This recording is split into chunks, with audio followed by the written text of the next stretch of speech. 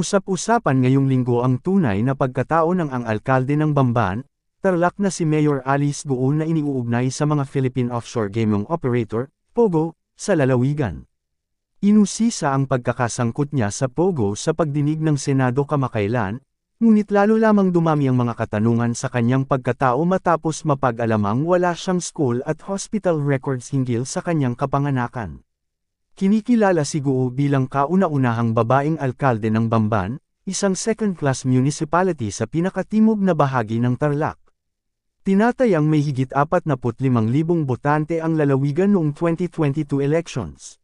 Sa nasabing bilang, nakakuha siya ng 16,503 boto noong nakaraang eleksyon. Sa nasabing pagdinig, sinabi ni Guo na ang kanyang ama ay half Chinese at half Filipino. Gayunpaman, natuklasan sa mga record na ang nasyonalidad ng kanyang ama na nakasaad sa birth certificate nito ay Filipino, ngunit Chinese naman sa kanilang mga dokumento sa negosyo.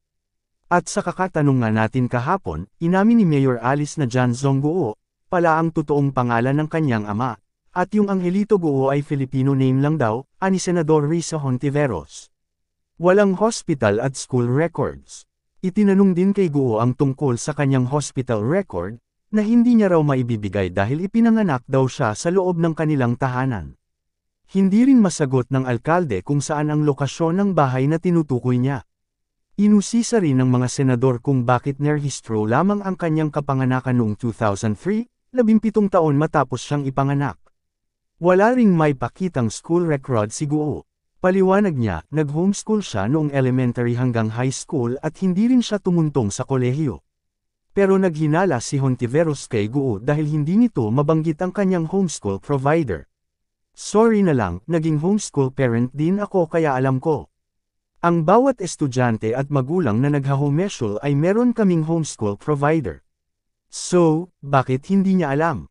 Tanong ng senador. Sa parehong pagdinig, sinabi rin niya na may negosyo ang kanilang pamilya sa pag-aalaga ng baboy, at idinagdag na lumaki siya sa isang bukid kasama ang kanyang ama. Pero inamin siya sa pagdinig na nakauunawa siya ng Mandarin dahil umano sa pakikipagnegosyo sa ilang Chinese. Chinese identity. Kaugnay nito, kinwestiyon ni Hontiveros kung posibleng isang Chinese national dahil wala umanong kahit anong record sa bansa, at naging instrumento umano ito sa pagpasok na malaking POGO company sa Pilipinas. Totoo kaya na Chinese talaga si Mayor Alice Guo? Ani Hontiveros.